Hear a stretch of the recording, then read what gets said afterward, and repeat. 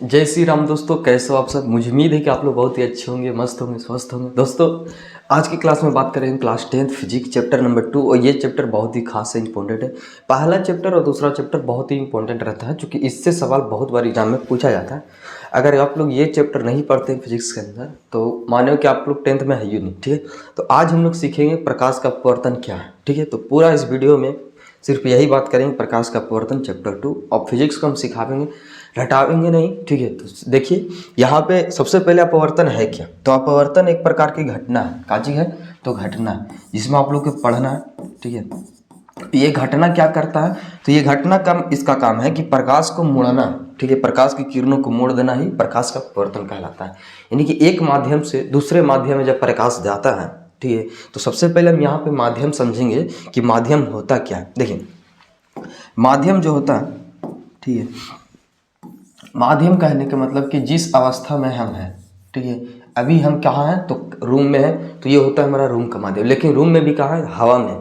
तो हवा में यहाँ पे रूम में क्या है? हवा है, तो ये हो गया हवा का माध्यम। यदि पानी है तो वो होता है पानी का माध्यम। यदि कांच है तो वो होता है कांच के माध्यम। ठीक है, तो माध्यम आप लोग समझिए कि माध्यम जो होता है, जैसे हवा का माध्यम हो गया, ठीक है, हवा का माध्यम हो गया, कांच का हो जाएगा, फिर कांच का हो सकता है, और निर्वात का हो सकता है जहाँ पे हवा नहीं होता है। ठीक है, और ऐसी माध्यम हो गया जैसे पानी का माध्यम हो गया। ठीक है, तो आप जिस स्थिति में रहिएगा, जहाँ पे रहिएगा, वहाँ पे उसको माध्यम बोलते हैं। ठीक है, अभी चारों तरफ हवा है तो ये हो गया हवा का माध्यम। ठीक है, और शीशा है तो शीशा का माध्यम हो गया। तो माध्यम जो देखा जाए तो इस प्रकार बोलते हैं। अब माध्यम को यहाँ पे दो भाग में बांटा गया। ठीक है, एक बांटा गया सघन में, एक बांटा गया विरल में। ठीक है, ये जो है सघन माध्यम और एक है विरल माध्यम। ठीक है, समझते हैं विरल माध्यम और सघन माध्यम होता क्या। देखिए सघन में क्या होगा, इसका घनत्व उच्च रहेगा। सघन माध्यम का घनत्व का रहेगा? उच्च रहेगा। इसका घनत्व जो रहेगा हमेशा उच्च मिलता है। ठीक है, सघन माध्यम का घनत्व का मिलेगा? उच्च मिलेगा। और जबकि विरल माध्यम का जो घनत्व रहेगा, ठीक है, ये निम्न रहेगा। का रहेगा? निम्न रहेगा। ठीक, इसमें प्रकाश की चाल बहुत कम रहेगा। ठीक है, इसमें प्रकाश की चाल का रहेगा? तो बहुत कम रहेगा। प्रकाश की चाल कम होता है, कम होता है। इसमें प्रकाश की चाल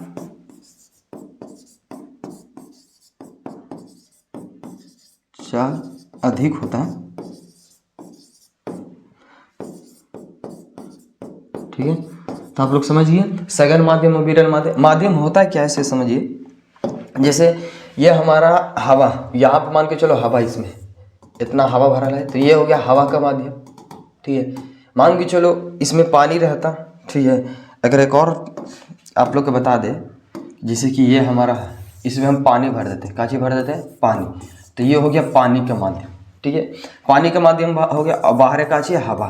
तो देखिए हवा और पानी में विरल और सघन कौन होगा, पहले ये पहचानना। ठीक है, हवा और पानी में विरल होगा, हवा होगा विरल, क्योंकि विरल का चीज इसमें प्रकाश की चाल अधिक मिलेगा। ठीक है, और इसमें प्रकाश की चाल कम मिलेगा। तो ये सघन माध्यम हो गया। पानी का अच्छी हो गया तो ये हो गया सघन माध्यम। और ये हवा का अच्छी हो गया तो हवा हो गया विरल माध्यम। ठीक है, तो आप लोग समझिए सघन माध्यम और विरल माध्यम। ठीक है, तो सघन यहाँ पे सिर्फ हवा को ही नहीं बोला जाएगा कि सरल है, सघन है या विरल है। यहाँ पे दो माध्यमों को कंपेयर किया जाएगा कि कौन सा सघन है और कौन सा विरल। ठीक है, ऐसा ही नहीं बता दिया जाएगा सिर्फ हम पानी बोल देंगे तो वो तो या तो सघन ही बोलेगा या तो विरल। ठीक है, नहीं, वो देखा जाएगा किससे कंपेयर किया जा रहा है। देखिए अगर आप बात करें, जैसे यहाँ पे हम ये कांच लेते हैं, कांच, ठीक है, और एक लेते हैं पानी। तो बताइए कांच और पानी में सघन कौन होगा? तो जिसमें प्रकाश की चाल ज़्यादा होगा, ठीक है, वो कांच होगा, विरल होगा। तो बताइए कि प्रकाश की चाल किस में ज़्यादा होगा, पानी में होगा कि कांच में होगा? तो पानी में ज़्यादा होगा, तो ये होगा विरल माध्यम। ठीक है, और ये कौन सा माध्यम होगा? तो ये होगा सघन माध्यम। ठीक है, अभी हम प्रकाश की चाल की बात करने वाले कि किस में कितना होता है, तो आप लोग माध्यम समझिए। ठीक है, आगे समझिए कि प्रकाश का अपवर्तन क्या। ठीक है, तो यहाँ पे लिखते हैं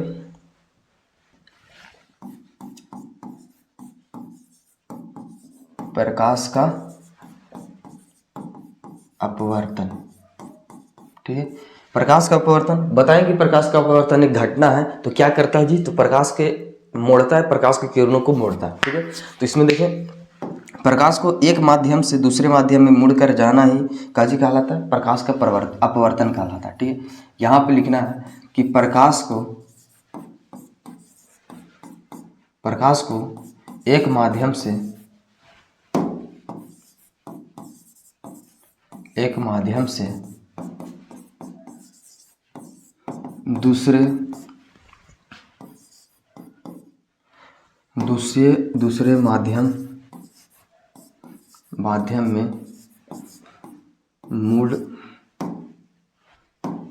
दूसरे माध्यम में मुड़कर जाना ही प्रकाश का अपवर्तन कहलाता है। ठीक है, कहलाता है। इसमें क्या होगा, तो जो प्रकाश को एक माध्यम से दूसरे माध्यम में मुड़ कर जाएगा उसी को बोलेंगे प्रकाश का अपवर्तन। उस घटना को क्या बोलते हैं, प्रकाश का अपवर्तन। ठीक है, इसमें बोलेंगे प्रकाश का अपवर्तन एक घटना है जिसमें क्या होता है कि प्रकाश एक माध्यम से दूसरे माध्यम में जाता है। जैसे कि मान के चलिए ये हमारा कांच है। ठीक है, ये कांच का माध्यम है नीचे, और ऊपर में क्या चाहिए, तो हवा का माध्यम। तो देखिए ऊपर में है कांच का माध्यम, नीचे है कांच का माध्यम, और ऊपर में कांच का माध्यम है हवा का। ठीक है, तो इसमें प्रकाश क्या होगा, बस यहाँ से आएगा, इस प्रकार अपवर्तित होगा, और ये कांची निकलेगा तो मुड़ कर निकल जाएगा, यानी इस प्रकार। तो ये कांची हुआ, तो ये हुआ अपवर्तन का घटना। अब ऐसा कांची हमको देखने के लिए मिलता है, तो देखेंगे जैसे पानी में कोई सिक्का डाल देते हैं। ठीक है, इसका कारण है, आपका एग्जाम्पल भी देख लीजिए। ठीक है, एग्जाम्पल में देखिए जैसे आप कोई सिक्का रखते हैं पानी में। ठीक है, मान के चलो हम इस प्रकार रखते हैं सिक्का यहाँ पे। ठीक है, और इसको नाम हम ए देते हैं। ठीक है, और आप यहाँ से देखते हैं। ठीक है, अब देखिए इस वस्तु से प्रकाश बहुत सारा निकल रहा है, तो मान के चलते हम दो ही प्रकाश लेके चलते हैं। ठीक है,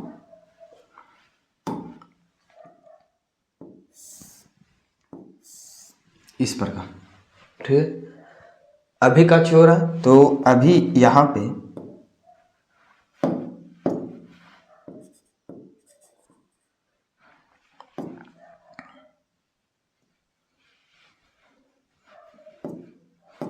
अभी मान के चलो ये वस्तु इधर है।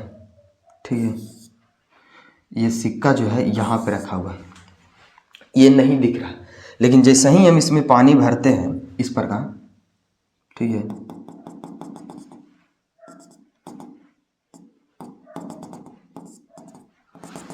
तो ये सिक्का का होता है, तो यहाँ से दिखना प्रतीत होता, लगता है कि यहाँ पे आएगा। ठीक है, तो ये अब सिक्का यहाँ पे दिखने लगा, तो इसका मतलब है कि इसमें पानी अपवर्तन की घटना है। क्या चीज़ है, कौन सा घटना, अपवर्तन घटना। ठीक है, तो ऐसा कब होता है, जब इसमें हम पानी भरते हैं। ठीक है, तो सिक्का नहीं दिख रहा था, वो यहाँ पे आ रहा था, लेकिन जैसे ही हम इसमें पानी डालें तो ये सिक्का काची हो गया, तो यहाँ से अब दिखने लगा। ठीक है, पहले प्रकाश की किरण इधर से जा रहा था, तो ये सिक्का का पानी में दिखना, ये भी कहलाता है अपवर्तन की घटना। या फिर पानी के कारण देखे होंगे आप, बाल्टी का कम गहराई दिखना या तालाब का कम गहराई दिखना, अपवर्तन घटना। या फिर पानी में कोई सिक्का छड़ी रखते हैं, स्टिक रखते हैं, देखिए इस प्रकार। ठीक है,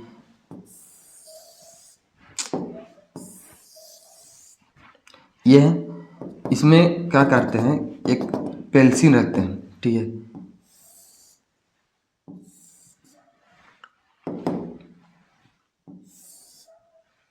देखिए ये पेंसिल ऐसे मान के चलिए, ये पेंसिल आपको इधर थोड़ा सा मुड़ा हुआ दिखाई देगा। ठीक है, कैसा दिखाई देगा, मुड़ा हुआ पेंसिल, यही पेंसिल मुड़ा हुआ दिखाई देगा, तो इसका कारण है अपवर्तन के कारण। तो आप लोग देखेंगे लाइफ में पूरा ऐसे, जैसे कि कोई पेंसिल का मुड़ा हुआ दिखना अपवर्तन की घटना है। बहुत सारी ऐसी चीज़ें मिलता है, जैसे पानी में एक सिक्का डाल दिया, लगेगा कि ऊपर में थोड़ा सा वो अपने प्रारंभिक स्थान पर नहीं दिखता है, कुछ दूसरा जगह पर दिखता है, वो भी अपवर्तन की घटना हो सकता है। और ये पेंसिल का मुड़ा हुआ दिखना, या फिर कोई टंटा रख दे, स्टिक रख दीजिए, उसमें भी वही लगेगा पेंसिल का मुड़ा हुआ। या फिर शीशा का आर पर देखते हैं कांच के, तो वो भी अपवर्तन की घटना है। ठीक है, तो ऐसे बहुत सारी है, तो आप लोग समझ गए कि प्रकाश का अपवर्तन क्या है, एक घटना है जिसमें प्रकाश एक माध्यम से दूसरे माध्यम में जाता है, लेकिन वो मुड़ कर जाता है, यानी मुड़ जाता है। ठीक है, अगला टॉपिक है हम लोग का प्रकाश की चाल पढ़ना। ठीक है, चाल पढ़ते हैं तो उसमें बहुत चीज़ ऐसे मिलता है, जैसे माध्यम पढ़ने की। प्रकाश की चाल, प्रकाश की चाल होता क्या से समझिए। प्रकाश की चाल कहने का मतलब है कि जैसे प्रकाश चल रहा है तो किस कौन सा माध्यम में कैसे जाता है। ठीक है, तो हमने अभी सीखा कि एक होता है हवा का माध्यम, ठीक है, और एक होता है पानी का माध्यम। बहुत सारी ऐसे माध्यम होता है। अगर आप केरोसिन के तेल में रहते तो केरोसिन तेल का माध्यम हो गया। ठीक है, और अगर आप डायमंड की बात करें तो डायमंड का वो माध्यम हो जाएगा। ठीक है, कांच की बात करें, देखिए कांच। ठीक है, अब इसमें प्रकाश की चाल कैसा रहता है इसे देखिए। हवा में प्रकाश की चाल लगभग निर्वात माना जाता है, यानी शून्य माना जाता है। आप या तो हवा बोलिए या फिर निर्वात बोलिए, ठीक है, या फिर शून्य बोलिए। ठीक है, उसमें प्रकाश की चाल जो होता है वो कितना होता है, तो 3 लाख, ठीक है, 3 लाख किलोमीटर पर सेकंड होता है। ठीक, अब पानी में प्रकाश की चाल जो होगा वो पानी में 2,25,000, कितना होता है, 2,25,000 किलोमीटर, 2,25,000, ठीक है, किलोमीटर पर सेकंड। इसमें होता है कांच में सिर्फ 2 लाख, कितना होता है, 2 लाख,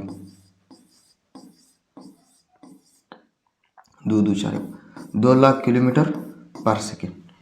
तो आप लोग समझिए किसमें प्रकाश की चाल ज़्यादा होगा, किसमें कम होगा। और एक चीज़ ध्यान रखिएगा कि जिसमें प्रकाश की चाल ज़्यादा होता है उसमें प्रकाश की चाल ज़्यादा होगा तो उसमें क्या होगा, वो उसका घनत्व कम होगा। ठीक है, उसका यदि घनत्व कम होगा तो उसका प्रकाशीय घनत्व उतना ही कम होती है।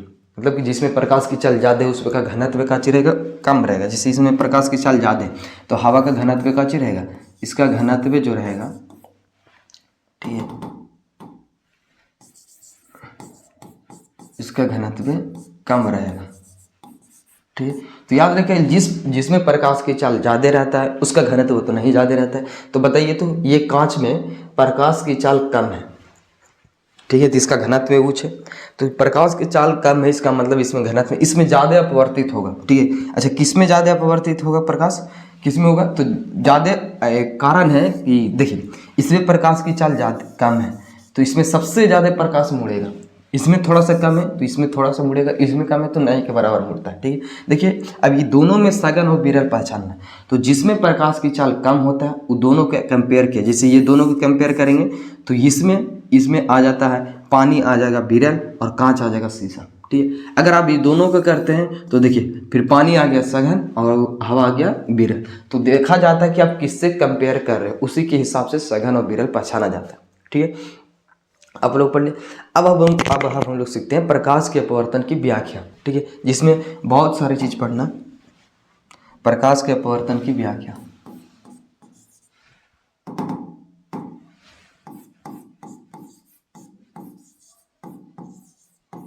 प्रकाश की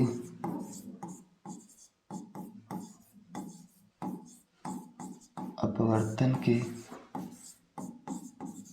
व्याख्या।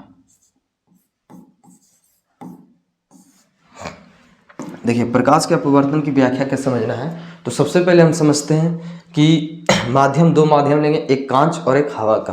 ठीक है, या फिर कोई और माध्यम पानी का भी ले सकते हैं, ऐसा नहीं है। ठीक है, तो हम एक माध्यम लेते हैं जिसमें सिर्फ कांच होगा, इधर हम कांच का माध्यम लेते हैं। ठीक है, ये हो गया कांच का माध्यम और ऊपर में हो गया हवा का माध्यम। ठीक है, अब इसमें एक किरण को यहाँ से भेजते हैं, प्रकाश की किरण। ठीक है, यानी जब किसी माध्यमों पर प्रकाश पड़ता है, दो माध्यमों को अलग करने वाली, ये हो गया माध्यम, इसमें किरण पड़, इसको बोलते हैं आपतित किरण। कौन सा किरण, आपतित किरण। ठीक है, आपतित किरण। यानी कि दो माध्यमों को अलग करने वाली सतह पर पड़ने वाली प्रकाश की किरणों को आपतित किरण कहते हैं। यहाँ पे लिखा है कि दो माध्यमों को अलग करने वाली सतह पर पड़ने वाली प्रकाश की किरण को आपतित किरण कहते हैं, ठीक है। और जिस बिंदु पर आपतित किरण पड़ता है उसको बोलते हैं आपतन बिंदु। कौन सा बिंदु बोलते हैं? आपतन बिंदु। तो इसको बोलेंगे हम लोग आपतन बिंदु, ठीक है। इसको क्या बोलेंगे? आपतन बिंदु। इसको बोलेंगे आपतन बिंदु।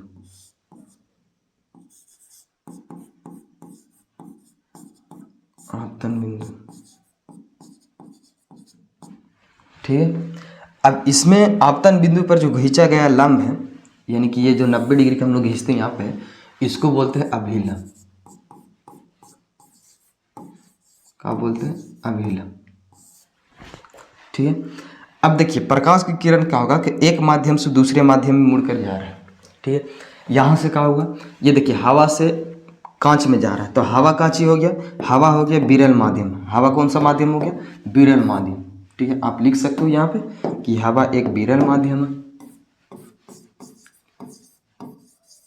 ठीक है। और कांच कांच हो गया तो ये हो गया सघन माध्यम, ठीक। तो हवा विरल हो गया, कांच हो गया सघन। अभी दोनों में देखिए यहाँ पे क्या हो रहा है, तो सबसे पहले हम समझते हैं, ठीक है, ये आपतित किरण क्या है। तो आज दो माध्यमों को अलग करने वाली सतह पर पड़ने वाली प्रकाश की किरण को ये क्या बोला जाता है? क्या बोला जाता है? आपतित किरण। जिस बिंदु पर पड़ता है उसको बोलते हैं आपतन बिंदु, और आपतन बिंदु पर खींचा गया लंब ही कांची कहलाता है? अभिलंब, ठीक है। इतना आप लोग समझ गए। अब देखिए यहाँ से प्रकाश गया, ठीक है, तो ये मुड़ कर जाएगा यहाँ से, ठीक है, इस प्रकार मुड़ जाता है, तो ये होता है अपवर्तन की घटना, यानी इसको बोलते हैं अपवर्तित किरण। कौन सा किरण बोलते हैं? अपवर्तित किरण, अपवर्तित किरण, ठीक है, इसको बोलते हैं अपवर्तित किरण। और समझिए, ठीक है, अब ये दोनों के बीच में कोण बनता है, ठीक है, यहाँ पे, तो ये होता है आपतन कोण। कौन सा कोण होगा? आपतन कोण, आपतन कोण,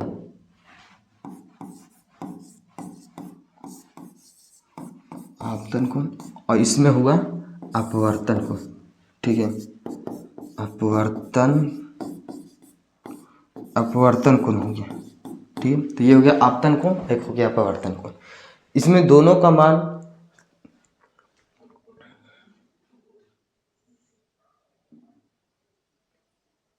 देखिए आपतन कोण किसे कहते हैं, ठीक है। आपतन कोण कहना है तो देखिए बोलिएगा कि अभिलंब और आपतित किरण के बीच जो कोण बनता है उसको बोलते हैं आपतन कोण।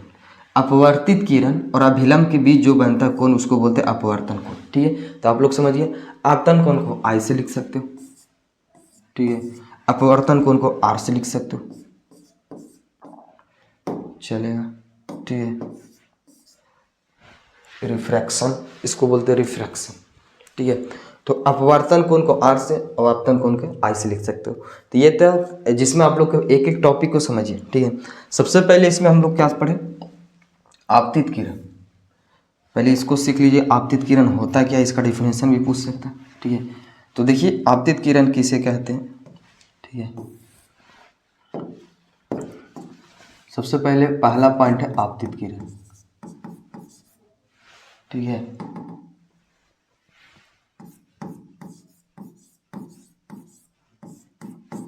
आपतित किरण किसे कहते हैं? दूसरा में है आपतन बिंदु,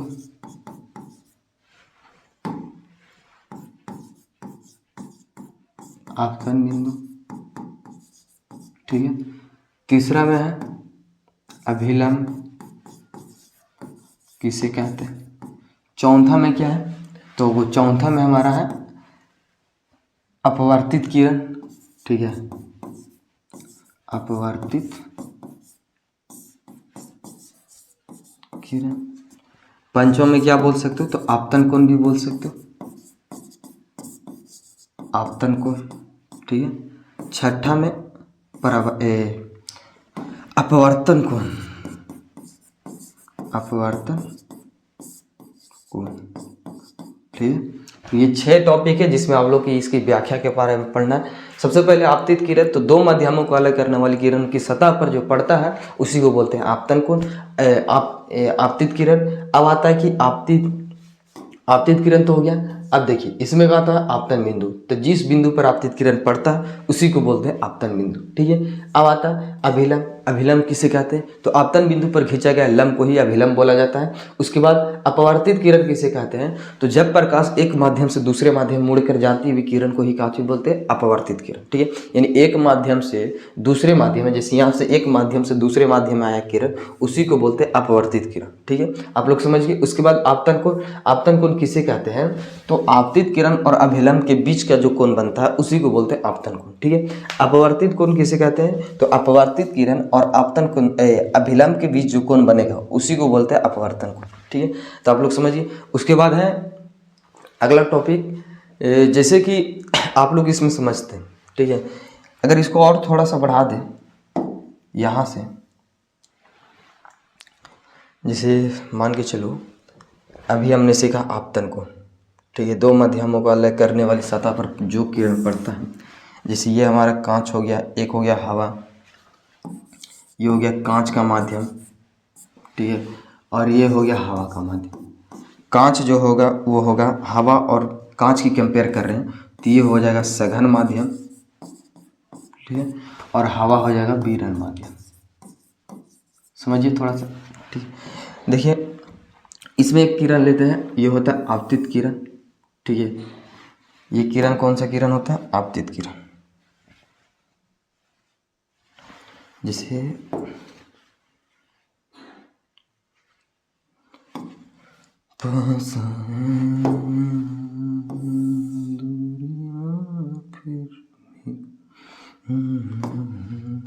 ये कौन सा किरण हो गया, तो ये हो गया आपतित किरण। ठीक है,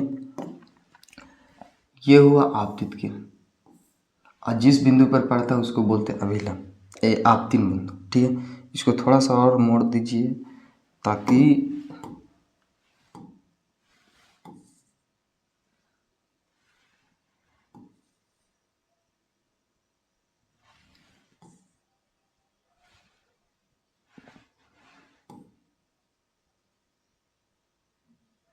ये हुआ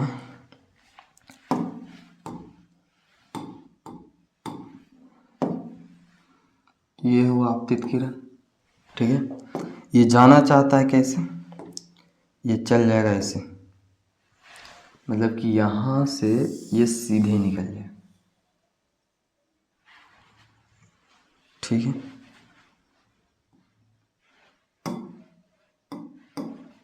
इस प्रकार, लेकिन इसका माध्यम यहीं तक लेते हैं। ठीक है, आप लोग समझिए ये किरण कैसे जाएगा, तो यहाँ पे ये अभिलंब है। ठीक है, ये अभिलंब है। अभिलंब है तो ये किरण इस प्रकार निकलेगा। समझिए जरा सा, सिर्फ समझना ही है, इस प्रकार पर अपवर्तित हो जाए। ठीक है, और इसके लिए यहाँ पे भी क्या चीज़ हो गया, आपतन बिंदु। ठीक है, आपतन बिंदु हो गया, यहाँ पे भी एक अभिलंब होगा। इस प्रकार किरण यहाँ से कुछ इस प्रकार जाएगा,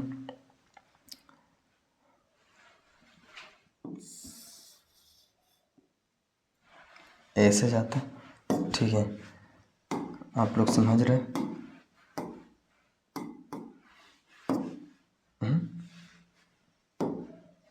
देखिए इस प्रकार, अगर इतना आप लोग समझते हैं, ठीक है, तो बहुत अच्छा, आप लोग की यहाँ से कोई दिक्कत नहीं होगा। देखिए यही डायग्राम था, इसमें आप लोग बहुत सी चीज़ आप लोग को बतावेगा ऑब्जेक्टिव प्रश्न, बहुत सारी चीज़ें इसमें। ठीक है, अब देखिए यहाँ पे क्या हो रहा है, अब इसको दर्शाना है कि आपतन कोण क्या है और परावर्तन कोण क्या, अपवर्तन कोण क्या। ठीक है, देखिए ये हो जाएगा आपतन कोण। ठीक है, आई से लिखते हैं, और यहाँ पे जो कोण बनेगा उसको बोलते हैं अपवर्तन कोण, यानी आ से। यहाँ पे जो कोण बनेगा उसको बोले आपतन कोण। ठीक है, और यहाँ पे जो कोण बन रहा है उसको बोलते हैं अपवर्तन। ठीक है, और क्या समझना, ये देखिए इसको बोलते हैं निर्गत कोण, निर्गत किरण। इसको क्या बोलते हैं, निर्गत किरण। आप इसको निर्गत किरण बोल सकते हो। ठीक है, निर्गत किरण, याद रहेगा, निर्गत किरण, कौन सा किरण, निर्गत किरण, ठीक है। एक पल के लिए देखिए यहाँ पे, ठीक है, यहाँ से ये जो किरण आ रहा है, इस जो हो रहा आप हवा से किस में आ रहा है, कांच में, ठीक है। तो जब हवा से कांच में आता है, यानी कि सघन माध्यम, विरल माध्यम से सघन माध्यम में आता है प्रकाश की किरणें, तो आप लोग समझिए, यहाँ पे पॉइंट लिख लीजिएगा, ठीक है। जब प्रकाश की किरणें, ठीक है, नोट में करके, पहला कि देखिए हवा से आया किसमें, कांच में, यानी कि जब प्रकाश की किरणें विरल माध्यम से आता है, विरल से सघन में आता है, ठीक है, कहाँ से आता है, विरल से सघन में, तो ये अभिलंब की ओर मुड़ता है, किसकी ओर मुड़ता है, तो अभिलंब की ओर, ठीक है, अभिलंब की ओर सट जाता है, सट जाता है, समझिए।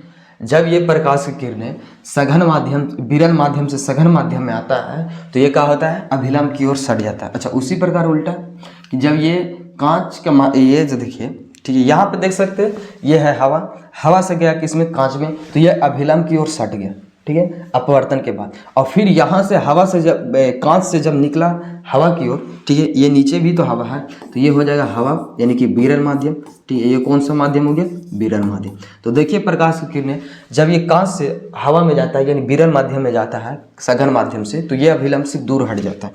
तो आप लोग समझ जाइएगा, ठीक है, कि इसका दूसरा पॉइंट है कि जब प्रकाश की किरणें किधर से जाता है, तो ये जाता है सघन माध्यम से, ठीक है, सघन माध्यम से विरल माध्यम में जाता है, सघन माध्यम से विरल माध्यम में जाता है, तो ये अभिलंब से दूर हट जाता है, अभिलंब से दूर हट जाता है।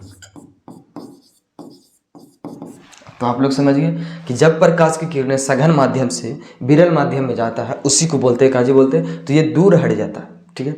देखिए सघन माध्यम से विरल माध्यम में गया, दूर हट गया, तो ये था पॉइंट, ठीक है। और यहाँ पे एक चीज़ और समझिए कि आपतन कोण और अपवर्तन कोण दोनों में डिफरेंस क्या है। अगर बात करें तो जब प्रकाश की किरणें, ठीक है, सघन माध्यम से विरल माध्यम में जाता है, एक बात और नोट कर लीजिएगा, ठीक है। पहला बात यह है कि इसमें एक चीज़ देखा जाए, ठीक है, देखिए जब विरल माध्यम से सघन माध्यम में गया, कहाँ गया, विरल माध्यम से, ठीक है, यह है विरल माध्यम से सघन माध्यम, तो इसमें आपतन कोण जो रहेगा, आपतन कोण को कौन से लिखते हैं, आई से लिखते हैं, ठीक है, यानी आपतन कोण जो रहेगा, यानी कि एंगल आई का मान, ठीक है, वो बड़ा होगा एंगल आर से। देख लीजिए यहाँ पे कि आपतन कोण जो है वो बड़ा है, किससे बड़ा है, तो अपवर्तन कोण से, ठीक है। और बात क्या है, अच्छा इससे नहीं समझ में आ रहा तो देख लीजिए, ऐसे नहीं समझ में आ रहा लिखा हुआ, तो सीधा सीधा याद रखिएगा कि आपतन कोण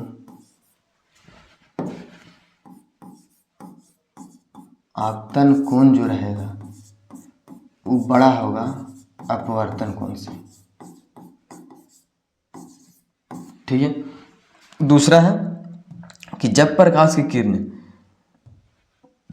विरल माध्यम, सघन माध्यम से, दूसरा सघन माध्यम से कहाँ जाता है, विरल माध्यम में, सघन माध्यम से विरल माध्यम में जाएगा, ठीक है, तब उसमें आपतन कोण जो रहेगा वो छोटा हो जाता है, किससे, तो अपवर्तन कोण से, ठीक है। याद रखना है कि जब प्रकाश की किरणें सघन माध्यम से विरल माध्यम में जाता है और विरल माध्यम से सघन माध्यम में जाता है, तो कौन सी स्थिति बनता है, तो यही सारी स्थिति बनता है जी। आप लोग याद रखिएगा कि जब प्रकाश की किरणें विरल माध्यम से सघन माध्यम में जाता है, तो वहाँ पे आपतन कोण बड़ा होता है। देख लीजिए यहाँ पे, ये है विरल माध्यम और ये है सघन माध्यम, यहाँ पे आया प्रकाश की किरणें, तो ये देखिए आपतन कोण बड़ा है अपवर्तन कोण से, ठीक है। उसके बाद जब प्रकाश की किरण सघन माध्यम से विरल माध्यम में गया, यानी सघन से विरल माध्यम प्रवेश करता है, तो यहाँ पे देखिए आपतन कोण जो है वो छोटा है, किससे, अपवर्तन कोण से, ठीक है। यहाँ पे भी आपतन कोण बनेगा, क्योंकि यहाँ पे भी एक आपतित किरण हो रहा है, क्योंकि एक माध्यम से दूसरे माध्यम में जा रहा है। आप लोग सीखें कि जो माध्यमों को, दो माध्यमों को अलग करने वाली सतह पर पड़ने वाली प्रकाश की किरण ही अपवर्तन कहलाता है। देखिए अब यहाँ पे कुछ और एक पॉइंट याद रखिएगा कि इसके बीच की जो दूरी है, ठीक है, निर्गत किरण और अपवर्तित किरण, ठीक है, निर्गत किरण, आपतित किरण और निर्गत किरण के बीच की जो लंबवत दूरी है उसी को बोलते हैं कौन सा, तो पार्श्विक विस्थापन बोलते हैं इसको। मेन पॉइंट यही है जी, पार्श्विक विस्थापन, ठीक है, पार्श्विक विस्थापन याद रखिएगा, पार्श्विक विस्थापन। पार्श्विक विस्थापन होता क्या, ठीक है, तो याद रखिएगा यह है निर्गत किरण और यह है आपतित किरण, ठीक है। निर्गत किरण और आपतित किरण के बीच को जो लंबवत दूरी है उसी को ही बोला जाता है अपवर्तित किरण, पार्श्विक विस्थापन। अभी जरूरी नहीं है कि यहीं पे हो सकता है कि इधर भी हो, और ये दोनों समांतर जाएगा, कैसे जाएगा, समांतर, ठीक है।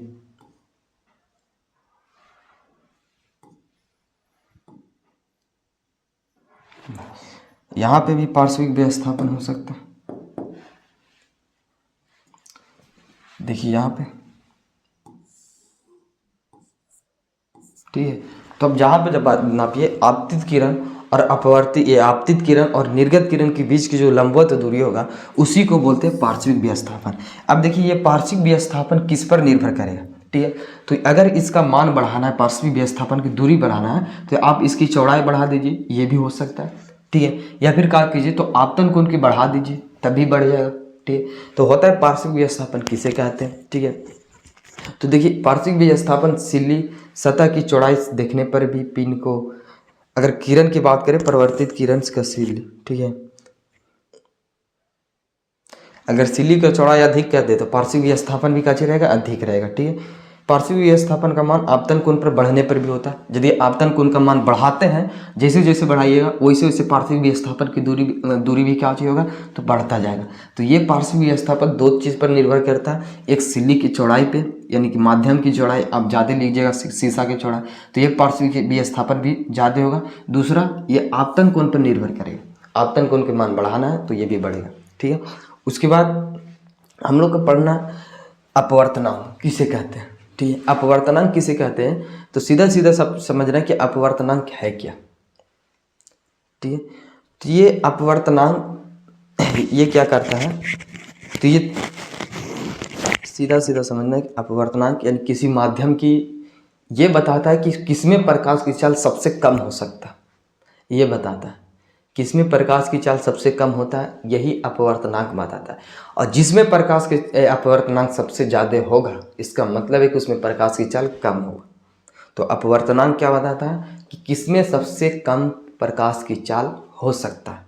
तो अपवर्तनांक हम कल सीखेंगे। बाकी आज का वीडियो कैसा लगा आप लोग कमेंट में ज़रूर बताइएगा। मिलते हैं नेक्स्ट वीडियो में। जय हिंद, जय भारत।